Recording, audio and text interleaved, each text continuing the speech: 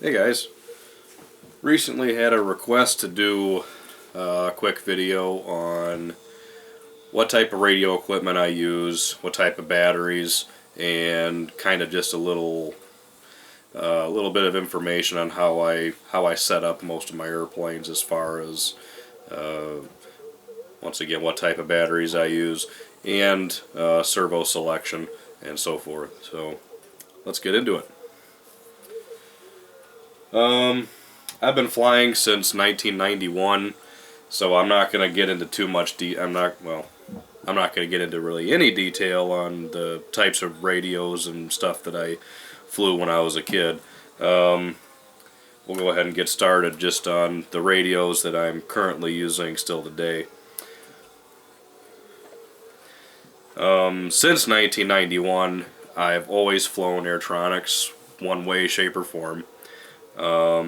And in 2009 I got my first 2.4 transmitter, which is the Airtronics SD10G, and this is a fantastic radio system. You could not ask for easier programming. It's just such a simple radio. I flew it from 2009 till 2013 as my primary transmitter.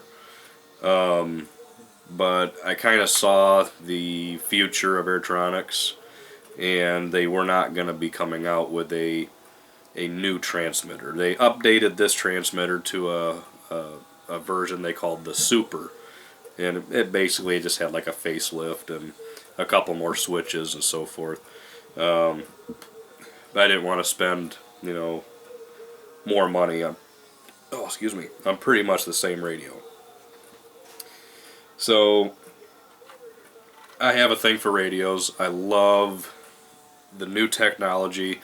It's so much fun to look at where we were 60, 70 years ago and where we're at now. If we didn't progress, if we didn't upgrade, we'd still be flying probably 4-channel orbit systems. So I like to upgrade about every 4 or 5 years. So when I knew I wasn't going to get a new offering from Airtronics, it was time to look at other options. And by the way, I still use my Airtronics system quite a bit. I have several Airtronics 2.4 radios. I have the SD10G and an RD8000, and they work fantastic. No complaints. They're great radios. And there was quite a bit of talk a few years back about Airtronics going out of business. That is false, in a way. Airtronics is an American rebrand name for Sanwa in Japan. And the Airtronics name is no longer, but Sanwa still is in existence. And you can see, like on this radio right here, it says right there, Sanwa. But over here, or somewhere, it says Airtronics. So they're the same thing. So these radios are still available. But I just don't see them really progressing into anything else. They're really big into car radios, which is fine. So in 2013, I decided to not only upgrade to an even better transmitter, but to another brand, which obviously is Futaba. So I purchased the 14SG, and terrific radio. The programming was a little bit much to learn right from the get-go. I've always been used to like Airtronics and some of the earlier high-tech computer radios, that type of programming. So this was a little bit of a learning curve, but once you get into it, it's pretty easy, and it's laid out quite well. This is not my main transmitter anymore. I've upgraded yet again, but I still use this radio, and I'm still going to use it, but its primary role is going to be as a backup, because you got to have a backup radio. I mean, if I'm down here working in the shop and doo-doo-doo and out it goes onto the pavement, I'm in trouble. So I've been asked before, why do I have so many radios? Besides my collection that's out in the other room. It's more of a redundancy thing, and I have a lot of options. I like having options. So just late season this year, I upgraded to the 16SZ. And this is, in my opinion, probably the best radio on the market right now. My opinion. It's a little biased because I'm a Futaba guy. It's basically the same footprint as the 14, except it's got a large full color touchscreen screen down here. The switch layout, everything is exactly the same. It's got the Hall effect sticks, which are really nice. But other than that, it's very similar radio. And in fact, to transfer my models from the 14 to this radio, it was as simple as sliding in an SD card and pushing a button. That's it.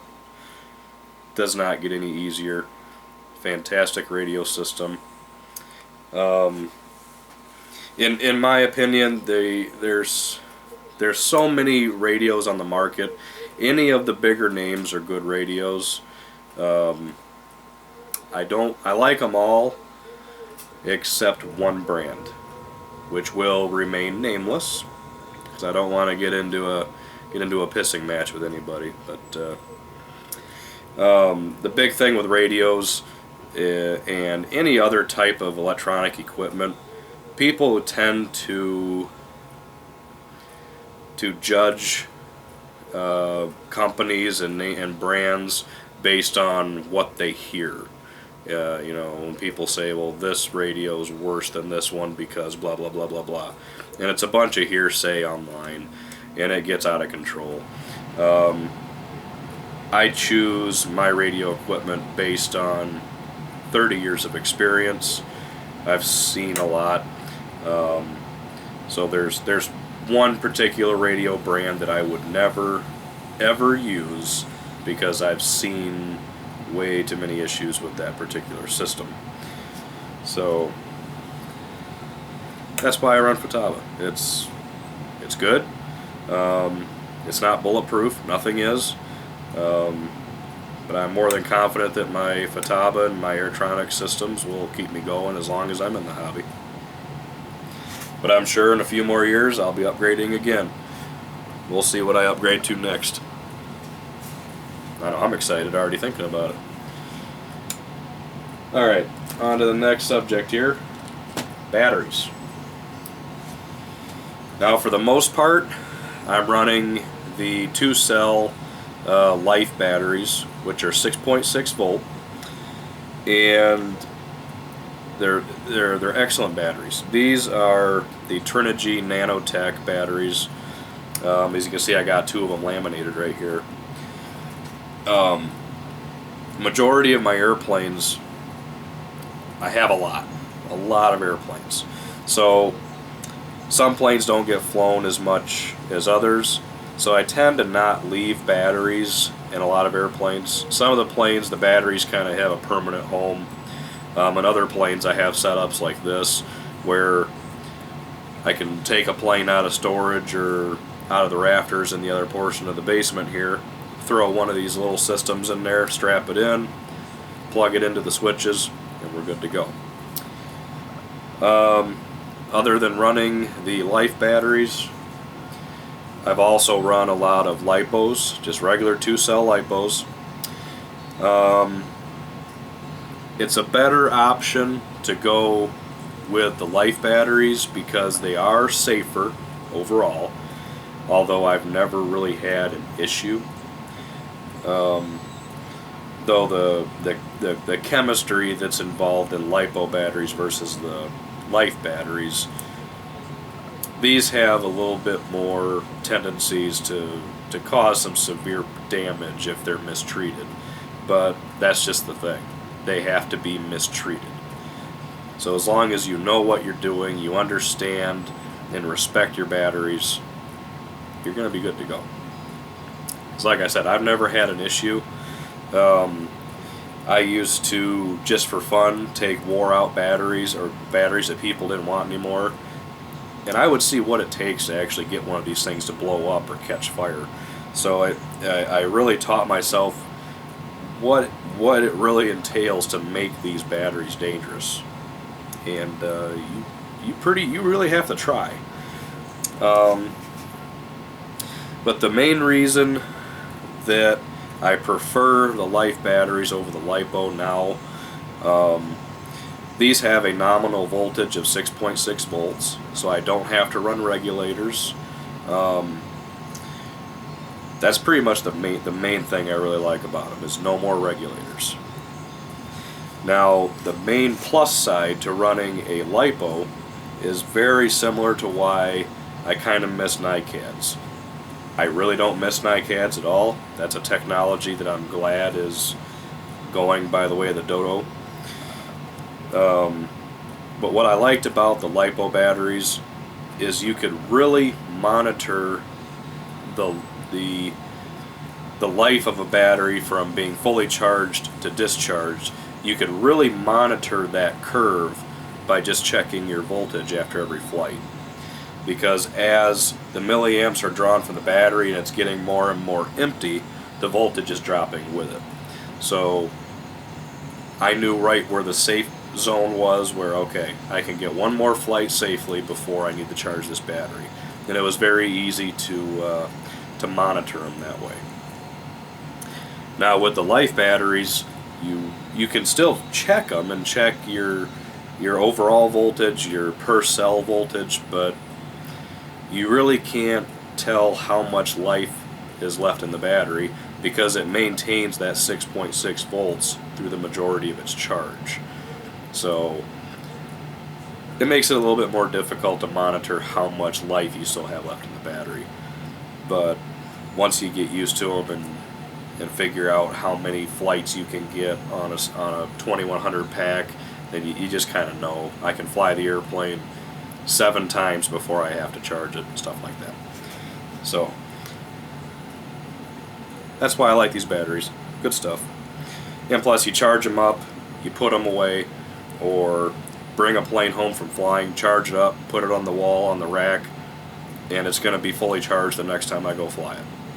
So no more, oh, I want to fly tomorrow, I gotta put a bunch of stuff on the charger and top off my batteries. No, not with the lithium batteries. Another question I was asked is, do I use redundant systems in my airplanes? Which means 2 batteries for my receiver instead of just 1. And the answer is yes and no.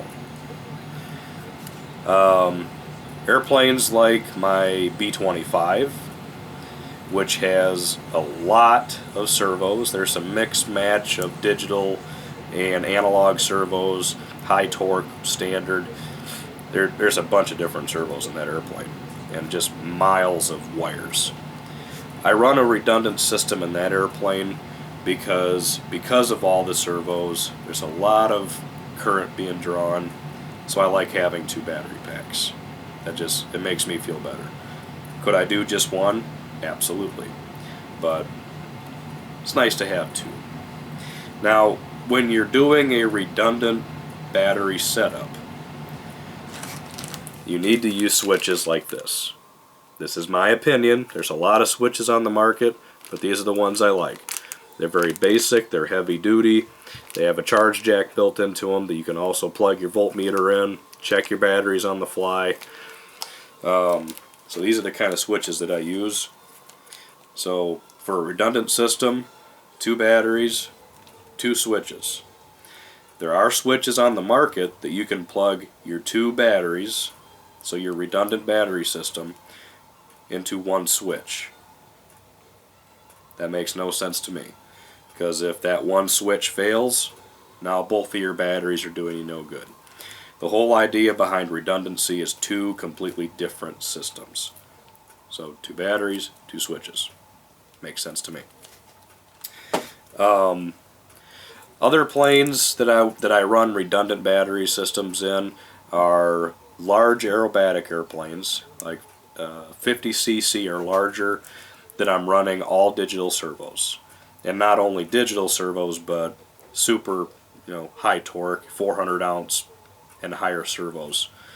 I run redundant battery systems in planes like that, just because those servos are pretty hungry. You gotta, and these keep them fed pretty well. Planes like my Panther, my other 5th scale Warbirds, sport planes, I usually just run one of these batteries or one of these on a regulator, and it's more than adequate. I can easily get 6 or 7 flights out of just one battery. The downside is there is just one battery. If I lose that battery, I'm going to lose the airplane. Now, I haven't really had many battery issues. Oh, excuse me, I'm still sick, so where was I? I haven't had too many battery issues since I did away with NiCads and nickel metals.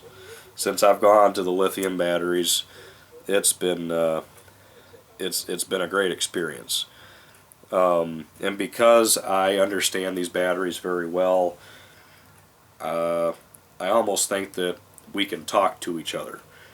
When one of these batteries is telling me, I'm sick, I'm about to die, take me out of this airplane before it crashes, I can listen. I know exactly what it's telling me. As far as getting into detail about how to read your batteries, how to really understand when a battery is going bad, when you should replace a battery, or best ways to monitor them, that can be a whole separate video if there's interest. But there's definitely no hurt in having a redundant system in every airplane you have, because it's a very cheap form of insurance. And to be honest, 2 batteries and 2 switches, that's not a lot of weight. That's the weight of probably one NiCad battery. So there's no reason not to, but in many cases it would be overkill. If you're somebody that's not really into getting into the don't even know what to call it. If somebody, there's a lot of people that are just very plug and play, just plug them in and go. If you're not big into understanding your batteries and really figuring out how they work, how they act, certain signs to look for that a battery's going bad, if you're not into all that kind of stuff, I would definitely recommend a redundant system in every airplane you have.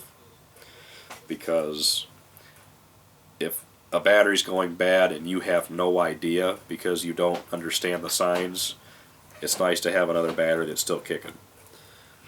So I have more planes that have just a single battery than a redundant system. And it's mainly because I don't run the redundant system based upon how much I like an airplane. Like, I really don't want this airplane to crash, so I'm going to run an extra battery. That's not why I do it. I do it strictly on the fact that if I think this plane has so many servos or is drawing so much power, I need to have another battery. That's why I do it. I've also been asked in the past about power expanders. Do I use them? Or would I use them? No, I do not use them. I'm very old school, so in my opinion, a power expander is going to be mainly for an airplane that's very large and batteries could not adequately power the servos through the receiver because of how many servos there are and how many wires and how long the wires are. When you're getting into planes like 50%, like a 50% Bill Hempel Cub or something like that, it would be very difficult to set up an airplane like that without a power expander. Or unless you want to run a bunch of receivers and have the airplane segmented with different receivers.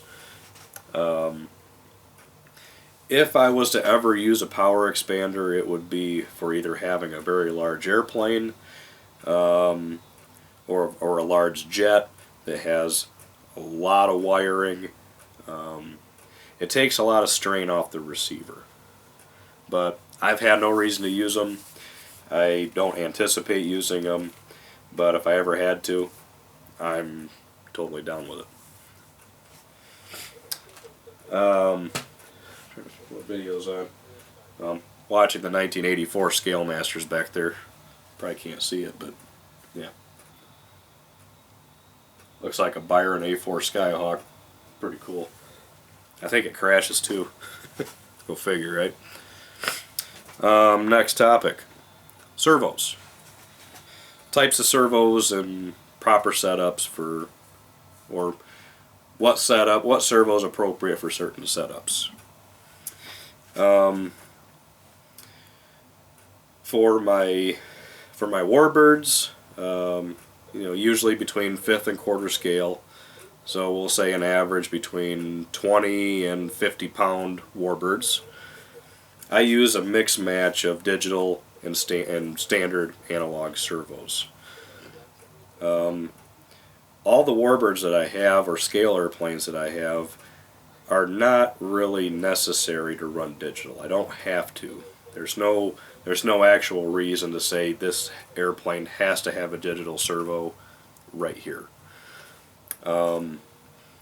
Because on warbirds and most scale aircraft, the control surfaces are pretty small. I mean, comparing them to like an Extra 300 where the aileron is almost half of the area of the wing. So on a P-51 or a P-47 or something like that, you're looking at an aileron that's this long by about this wide. So an appropriate servo for that type of application that I like to use is like a Hi-Tech 645, which is a standard analog servo, metal gear. I think it's about 100 ounces of torque. And they're a really good universal servo. Another servo that I like, I don't know if it's made anymore, or if it is, I think Hi-Tech has it under a different number.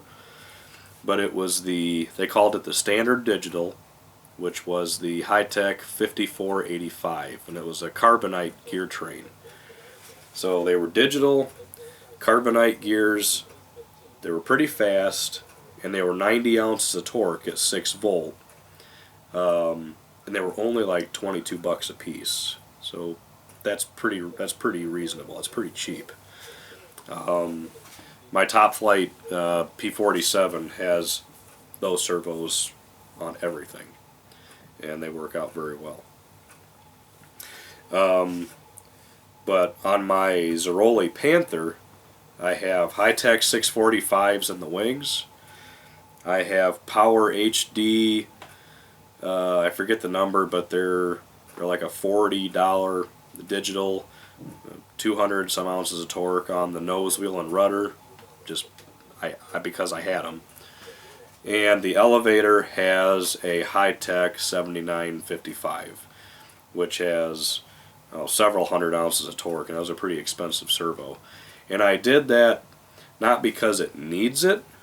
I could put a 645 on the elevator for that jet, but it's one of those things, in that particular situation, overkill makes me feel better. So that's why I went that route. Now, getting into applications where digital servo is pretty much a must is when you're getting into the very large high-performance airplanes. For instance, I have a 35% Carden Extra 300. And so at 35%, this is a very large airplane, about 110-inch wingspan, pretty big.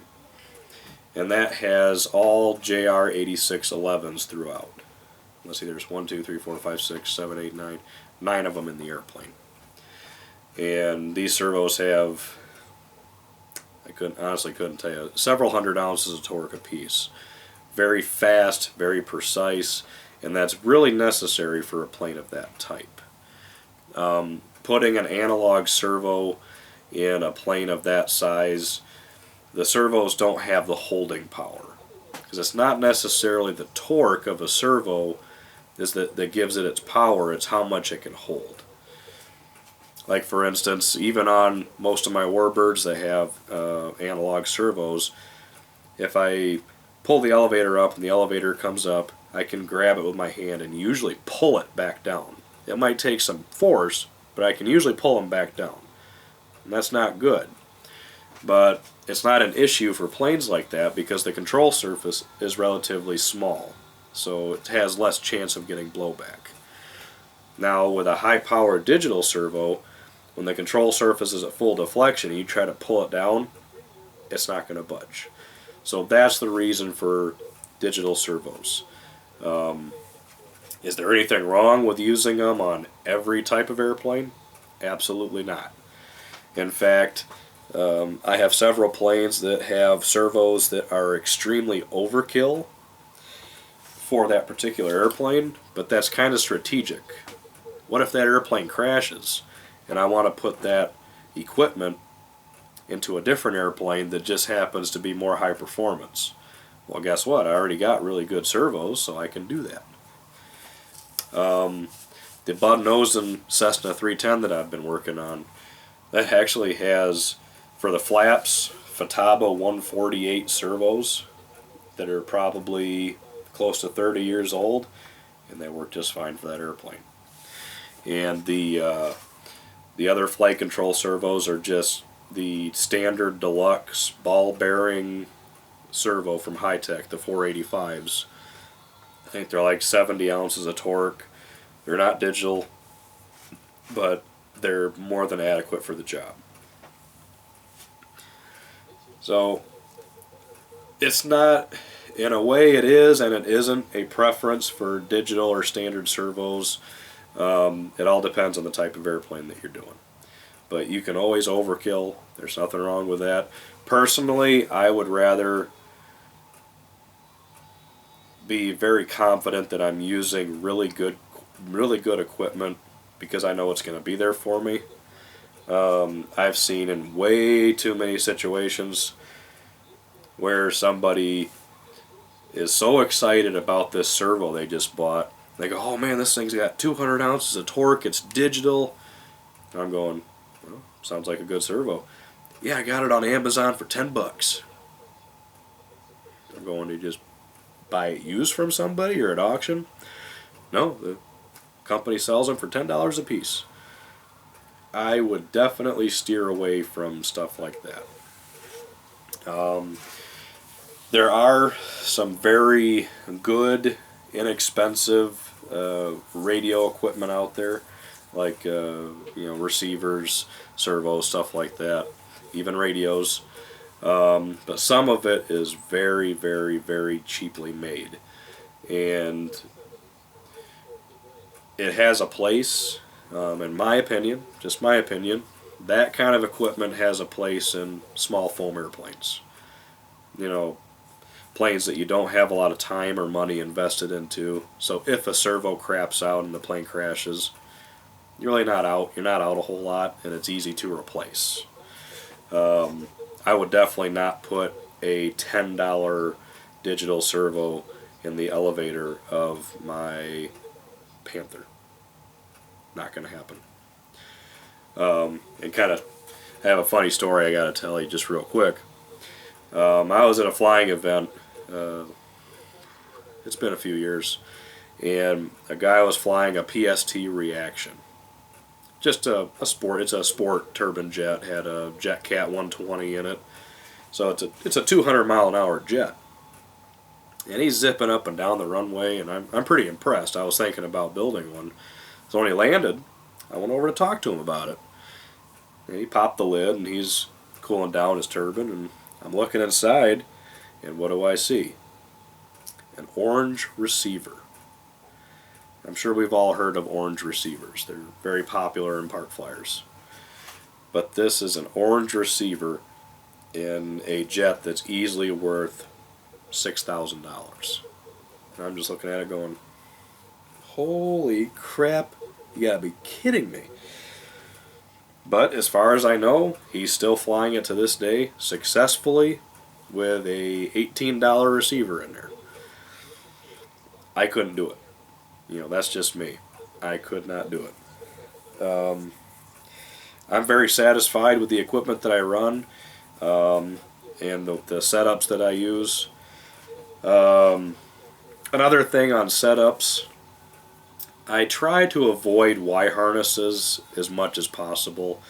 That's kind of a thing of the past, especially with transmitters like this and receivers that are expandable to, you know, more than 18 channels. Like my B-25, for instance, there are no Y harnesses in that airplane, and it's got, you know, dual ailerons, dual elevators, dual flaps, dual throttles, and dual rudders. Everything is on its own channel. So it allows you to kind of fine tune and program everything just perfect. But now my nose and 310 that I'm working on, that thing's got Y harnesses everywhere because of the receiver that I put in it. I'm keeping that airplane very original, so there's not going to be anything exotic done to it. For projects like that, I like to keep the originality there. So, but it's in that particular type of situation, it's not going to hurt anything. But hope that answers the question I was asked. Without looking at my computer, I can't remember who left the comment that was wondering about my radio systems and my setup, and my types of setups that I use. I can't remember who it is, so I apologize. But this video is for you and everybody else that watches it too. I think I'm gonna get this video uploaded, get this stuff cleaned up, and get back to work. Later, guys.